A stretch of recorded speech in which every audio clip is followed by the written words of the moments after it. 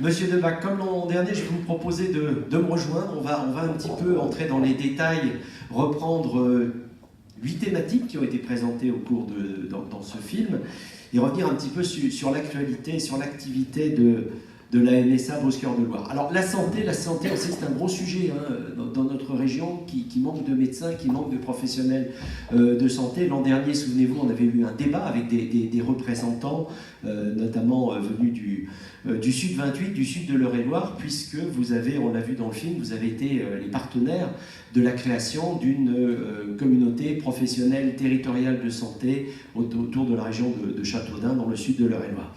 Donc ça fait plusieurs années maintenant, monsieur le directeur général, que vous êtes engagé, je l'ai dit, dans cette démarche qui est très active dans l'accompagnement de la création de maisons de santé pluriprofessionnelles, mais aussi, comme je viens de le dire, depuis 2018, dans l'accompagnement de ces CPTS, communautés professionnelles territoriales de santé.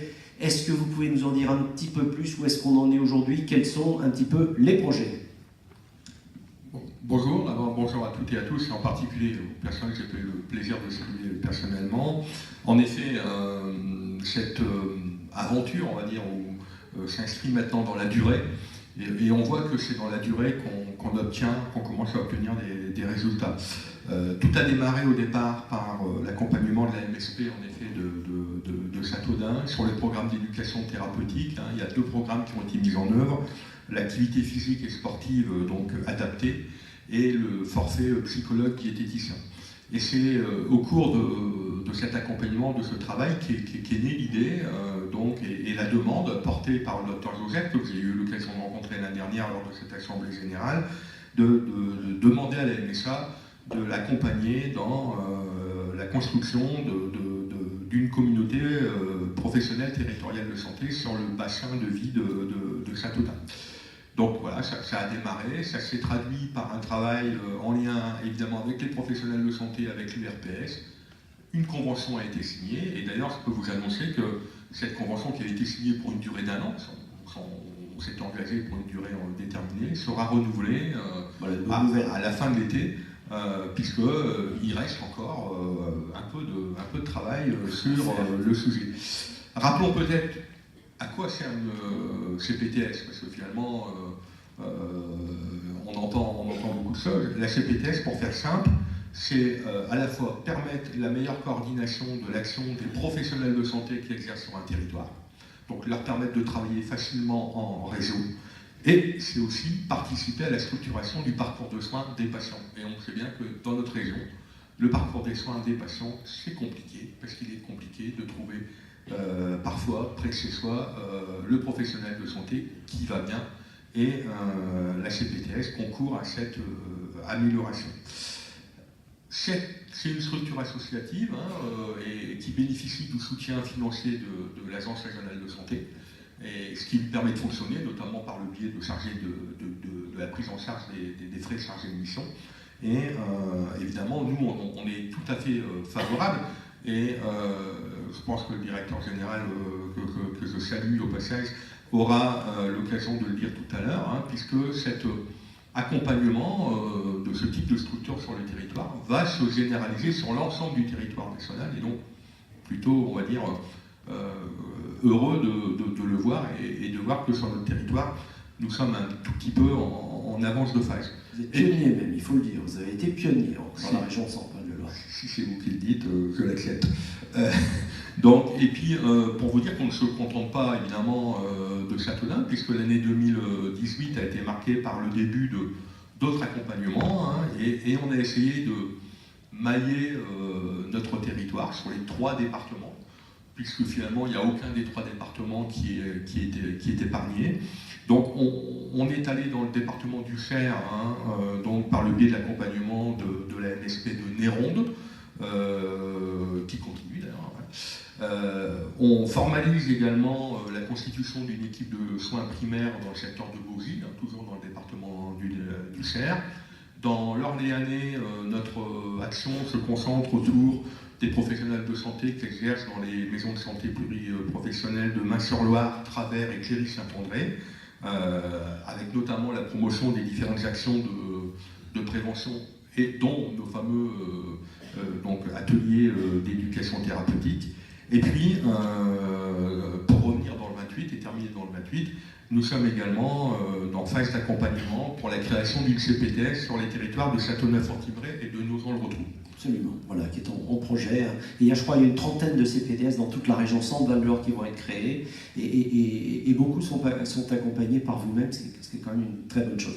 On va parler de la famille également. On a vu dans des chiffres également importants dans cette présentation filmée. Les pouvoirs publics ont annoncé un certain nombre de choses en fin d'année qui ont généré de fortes attentes. Elles sont traduites par une augmentation, je crois, très forte du nombre de bénéficiaires du RSA et de la PPA, la prime d'activité. Où est-ce qu'on en est aujourd'hui, Monsieur Debac, sur ce sujet? Alors, l'année 2018 avait très bien commencé, avec, on va dire, une bonne maîtrise de nos flux concernant la famille, pour l'ensemble des prestations. Et puis, vous le savez, la crise sociale et les annonces présidentielles du mois de décembre par le président de la République sont venues un peu bousculer le bon ordonnancement et l'élargissement des critères d'attribution de la prime d'activité notamment ont créé sur cette fin d'année et ce début d'année, je vous parle là de la période du 10 décembre, c'est-à-dire date de l'intervention du président Macron jusqu'à aujourd'hui, un flux de demandes évidemment, puisque les bénéficiaires venant vérifier si les annonces correspondaient bien à ce qu'ils avaient entendu et s'ils pouvaient évidemment bénéficier de ces prestations. Alors pour vous donner donc un exemple, nous étions donc à fin novembre, donc avant les annonces présidentielles, à 1800 bénéficiaires donc de prix d'activité, et donc nous sommes passés donc à près de 2200 à fin du mois d'avril, donc une augmentation qui est aujourd'hui supérieure à 15%. Ça se traduit par beaucoup de demandes, du monde évidemment sur les lignes téléphoniques, et puis du monde également dans les accueils. Bizarrement, sur le RSA, ça n'a pas modifié fondamentalement la donne sur cette même période de décembre à avril. Simplement, il ne faut pas s'en réjouir parce que les demandes de RSA concernant les non-salariés avaient bondi l'année précédente de quasiment 30%, notamment en raison des crises agricoles. Et on s'aperçoit que ce chiffre se stabilise, ce qui malheureusement ne traduit pas une amélioration de la situation de nos bénéficiaires. Et puis, point supplémentaire, on en parlera tout à l'heure dans les mutualisations, toutes ces annonces et tout ce travail supplémentaire est intervenu au moment où nous avons mutualisé l'activité avec nos amis de Berry-Touraine, et donc évidemment ça complexifie un peu les choses. Alors, autre sujet d'actualité brûlante, parce qu'on va en parler beaucoup cette année, c'est la retraite, avec une réforme des retraites qui est en préparation. En 2017, l'ALURA, la liquidation unique des régimes alignés, a été mise en place. Quel a été l'impact pour la mutualité sociale agricole? Alors, sur la retraite est tout sauf un long fleuve tranquille, pas pour les retraités, mais pour les réformes, puisqu'on a année après année une succession d'annonces qui viennent percuter parfois la législation, et surtout derrière la législation nos outils informatiques. Et donc l'ALURA aujourd'hui, on commence à en percevoir donc les effets, puisqu'il faut se comparer à l'année de référence, c'est l'année 2016, qui était l'année avant la mise en place de l'ALURA. L'ALURA a été mise en place en juillet 2017, avec aujourd'hui et avec la mise en place de cette LURA. Alors l'ALURA, c'est la liquidation unique des régimes alignés, c'est-à-dire que c'est le dernier régime d'activité qui liquide la pension de retraite. Ça entraîne une baisse donc des demandes auprès de la MSA de 16%, puisque évidemment on a beaucoup d'adhérents ou d'assurés qui ont eu une période agricole mais qui sont passés dans d'autres régimes, et donc il y a un effet évidemment important. Pour autant, est-ce que l'ALURA donne moins de travail en retraite? Non, pas tout à fait. Les chiffres cachent parfois un peu les réalités, puisque concernant la partie agricole, nous continuons d'instruire la carrière et nous donnons le top au régime qui liquide la pension. Donc ça modifie un peu nos façons de travailler, et ça notamment oblige, mais c'est plutôt positif, un vrai travail de partenariat, et notamment avec la CARSAT. Autre sujet, les cotisations. On va parler maintenant de DSN, de déclaration sociale nominative et de TESA. En 2018, il y a eu une montée en charge de la DSN et des nouvelles orientations sur le TESA qui ont pas mal mobilisé votre caisse. Alors là encore, quel premier bilan vous tirez de ces... Alors, on pourrait dire que l'année 2018 a été l'année de la stabilisation. Vous savez que la DSN, ça a été donc l'abandon de l'appel chiffré au profit du système déclaratif. Nous avons démarré dans l'année 2017 avec des conditions techniques qui étaient assez largement dégradées. Il ne faut pas le cacher, on l'avait dit l'année dernière.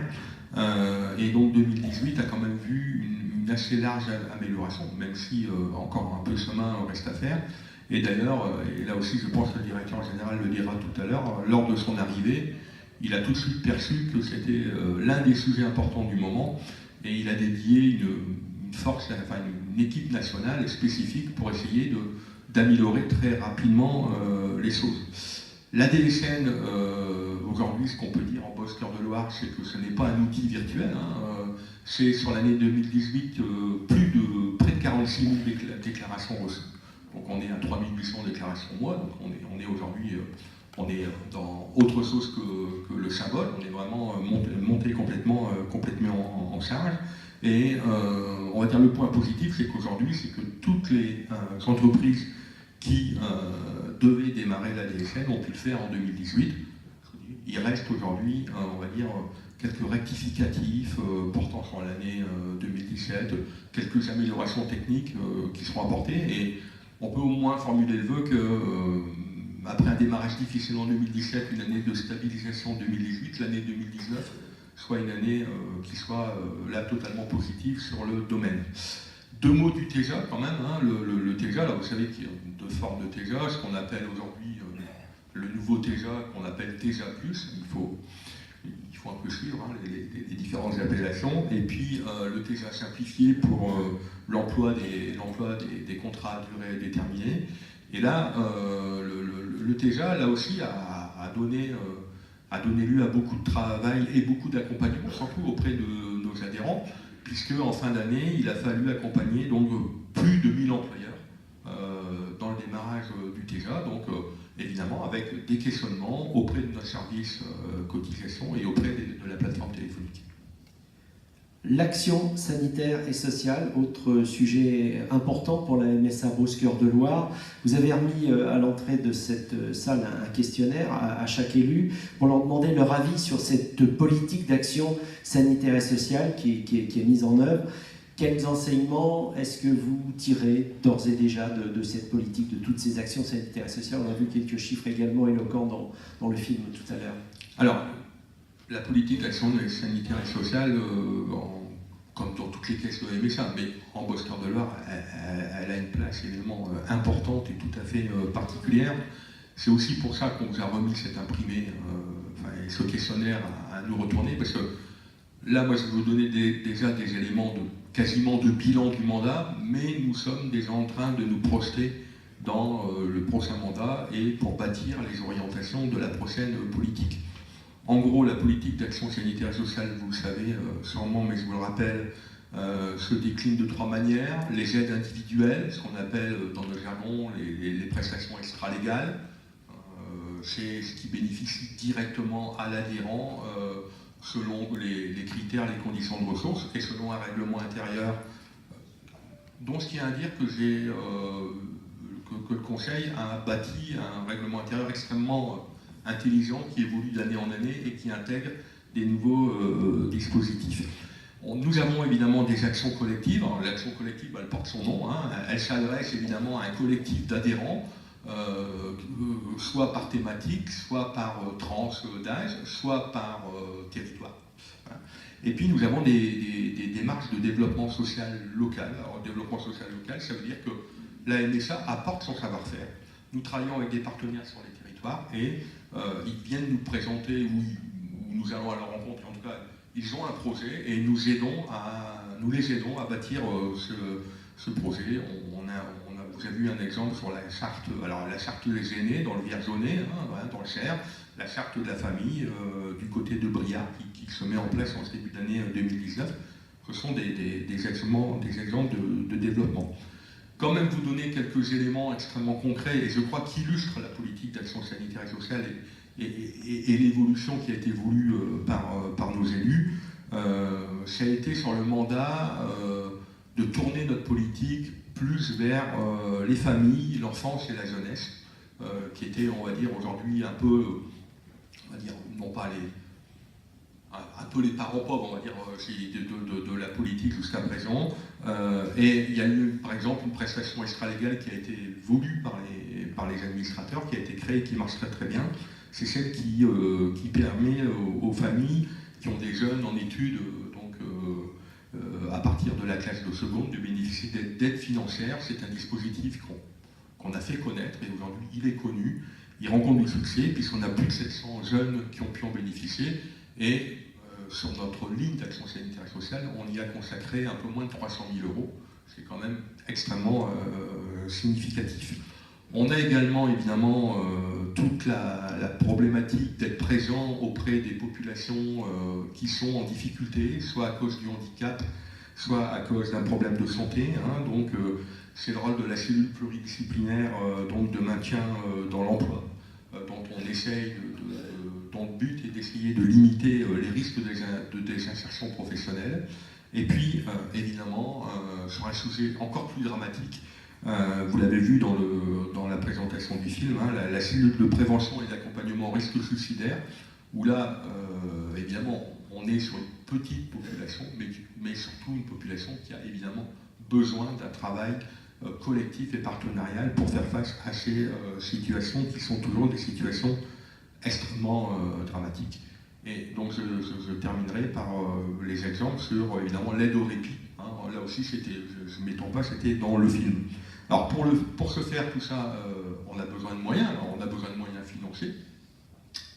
On a la chance d'avoir un budget d'action sanitaire et sociale qui a été préservé au cours du mandat. Donc on peut déjà formuler des vœux pour le prochain mandat du maintien de cette enveloppe financière. Et puis on a besoin de moyens humains et on a en 2018 pu renforcer, grâce aussi au soutien de la Caisse centrale, on a pu renforcer notre équipe avec un poste de travailleur social qu'on a dédié spécifiquement aux actions de développement local. Parce qu'il faut être sur le terrain pour en percevoir évidemment les vraies réalités. Donc je ne peux vous inviter qu'à remplir le petit questionnaire. N'hésitez pas, il n'y a pas de mauvaises idées, il n'y a pas de mauvaises propositions. Et soyez assurés que tous les questionnaires vont être dépouillés, analysés, pris en compte et feront l'objet évidemment de discussions avec le futur conseil d'administration l'année prochaine. Alors nous allons maintenant revenir, si vous voulez bien, M. Debac, également sur l'offre de services sur les territoires. Lors de l'Assemblée Générale 2018, l'an passé, vous nous aviez présenté votre offre de service par l'animation de stand et vous aviez précisé que votre contexte local devait vous conduire à restructurer l'organisation de ce que vous appelez l'OST. Qu'est-ce qui se passe aujourd'hui? Où en est-on? Alors, tout d'abord, pour illustrer, parce que parfois l'offre de service, quand je m'aperçois que quand on en parle avec des élus ou des adhérents, ça peut paraître parfois un peu virtuel. Alors c'est tout sauf virtuel. Je vais vous donner 2 chiffres, puisque l'offre de service en MSA Post-Cœur de Loire, c'est plus de 500 équivalents temps plein. 500 équivalents temps plein, et c'est un chiffre d'affaires de 14 millions d'euros. Donc vous voyez que là, concrètement, le travail des associations est tout à fait remarquable dans le service auprès de nos adhérents. Alors, l'année dernière, je l'avais dit, on a un panorama qui est très contrasté. Alors, on va commencer par l'association, on va dire, la plus importante, Facile à Vie. L'année dernière, je vous avais dit qu'elle rencontrait des difficultés. Depuis, elle a été mise sous sauvegarde. Mais je dirais presque heureusement, puisque grâce à cette sauvegarde, nous sommes en train de bâtir un plan de redressement robuste. Beaucoup de choses ont été faites depuis 1 an. Les équipes ont beaucoup travaillé. Nous avons dû prendre des décisions qui n'étaient pas toujours évidentes, mais il fallait le faire. Et aujourd'hui, on l'a vu lors de la dernière audience auprès du tribunal, la présidente du tribunal a reconnu les efforts et a prolongé la période de sauvegarde. Et je pense que nous allons pouvoir continuer la restructuration. Nous avons recruté une nouvelle directrice sur le sujet. Et là aussi, je pense que l'année 2018 a été le temps de des décisions un peu urgentes, et 2019 doit être le temps de la reconquête donc des différents territoires. Nous avons nos services de soins à domicile. Alors sur le service de soins à domicile, il n'y a pas ce type d'inquiétude. Simplement, il y a aujourd'hui à s'inscrire dans les dispositifs, notamment qui sont portés par les agences régionales de santé, de plateaux gérontologiques. Donc il faut pouvoir travailler avec les EHPAD, les services de soins à domicile environnants, les accueils de jour. Et nous avons notamment des projets, notamment concernant l'un de nos 2 services de soins, de rapprochement. Mais là aussi un rapprochement qui devrait permettre de rendre un meilleur service aux adhérents qui sont pris en charge par ces structures. Et puis il y a des associations qui vont très très bien, et ça il ne faut pas hésiter à le dire. Bon, c'est vrai que c'est un mal un peu franco-français, on voit toujours le verre à moitié vide, j'ai toujours tendance à le voir plutôt à moitié plein, et des associations qui vont très bien, vous les connaissez, Présence Verte, qui est sûrement la plus connue, AGER, qui s'occupe de l'insertion par l'économie auprès des publics précaires, et puis Pascal, qui fait de l'évaluation de personnes âgées à domicile, et dont l'un des principaux donneurs d'ordre est la CARSAT, dont des associations qui vont bien, qui n'ont pas de soucis et qui au contraire ont des projets de développement. Et là aussi, il faut regarder ce qui se fait autour de nous aujourd'hui avec les outils connectés, les nouvelles technologies. Il y a des domaines à investir, et donc sur ces associations-là, on va dire que l'avenir est plutôt, on ne va pas dire radieux, parce qu'il faut toujours être extrêmement prudent, parce que quand on est dans l'économie sociale et solidaire, il faut toujours rester prudent, mais en tout cas, on peut avoir, on va dire, un regard extrêmement positif sur l'avenir. Très bien. On va parler également des ressources humaines. Vous avez évoqué tout à l'heure les rapports avec la MSA Berry-Touraine. Dans le rapport d'activité 2018, donc, a été évoquée la mise en œuvre de ce programme de mutualisation avec cette MSA sœur, j'allais dire, dans cette même région Centre-Val de Loire. Est-ce que vous pouvez nous indiquer également, là encore, où est-ce qu'on en est de ce travail de mutualisation qui a été entamé ? Oui, tout à fait. Je profite pour saluer Paul qui représente aujourd'hui Berry-Touraine, mais on va dire que d'un point de vue strictement programmatique, la mutualisation est terminée, puisque si nous regardons le calendrier, les dernières étapes ont eu lieu tout récemment.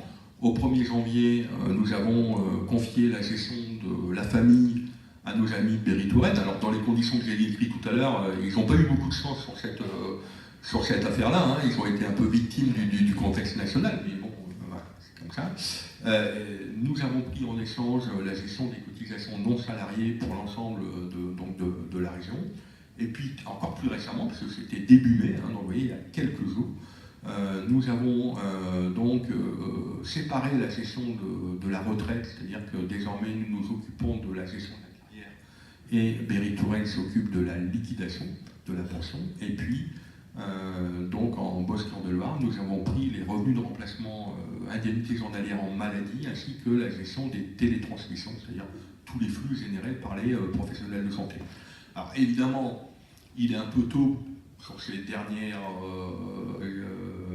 mutualisations de tirer les enseignements, donc ça m'appelle à 3 semaines de recul, mais les équipes, et je profite pour les remercier, ont beaucoup travaillé pour que les choses se passent le mieux possible et se passent également le plus possible en transparence pour le public, parce que l'objectif de la mutualisation, c'est évidemment que ce soit transparent pour les adhérents, et que finalement que le dossier soit traité à Tours, à Blois, à Châteauroux, ou à Chartres, ou à Bourges, ou à Orléans, c'est relativement secondaire, à condition que la qualité du service soit bien donc au rendez-vous. Donc pour passer cette étape, nous avons recruté des moyens à durée déterminée, comme on dit des CDD, notre jargon, pour nous aider. Nous sommes évidemment extrêmement vigilants sur l'ensemble des indicateurs, mais là aussi je pense que pourront faire un premier bilan à partir après l'été, à la rentrée septembre-octobre, où là, je pense que nous aurons le recul suffisant pour regarder dans le rétroviseur et pouvoir porter un jugement définitif.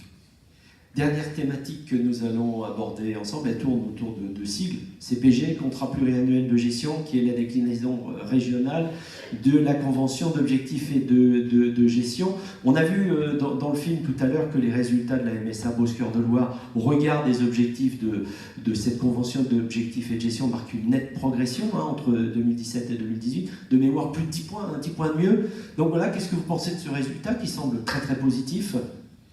D'abord, je crois que le résultat, le mérite en revient aux équipes.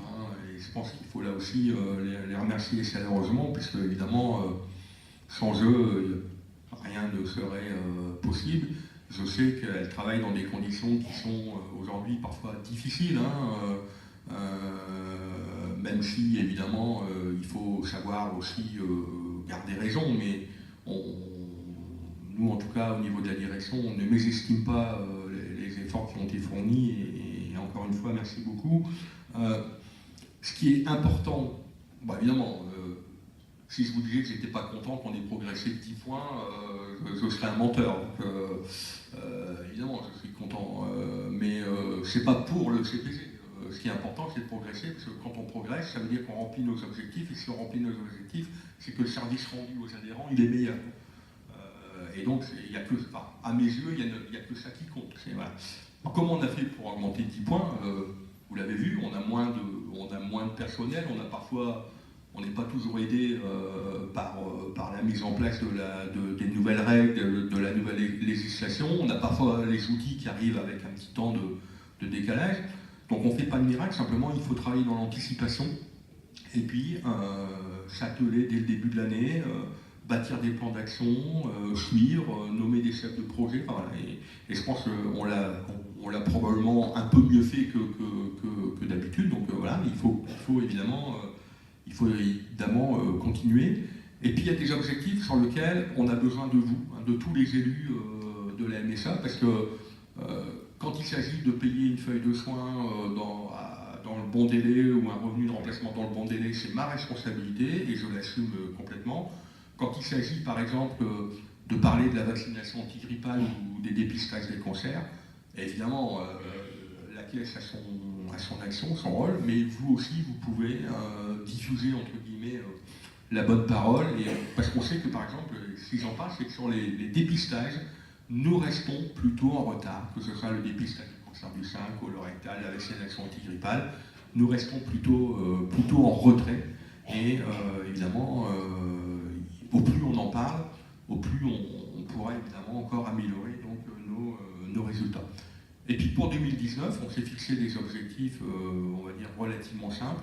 C'est de mettre la priorité sur toutes les prestations à enjeux financiers extrêmement forts, c'est-à-dire la prime d'activité, le RSA, les indemnités journalières, c'est-à-dire tout ce qui peut mettre un adhérent très rapidement dans la difficulté. Nous allons évidemment, nous redoublons de vigilance sur le sujet. Merci beaucoup, Monsieur Debac, pour toutes ces explications, tous ces éclairages sur ces 8 thématiques.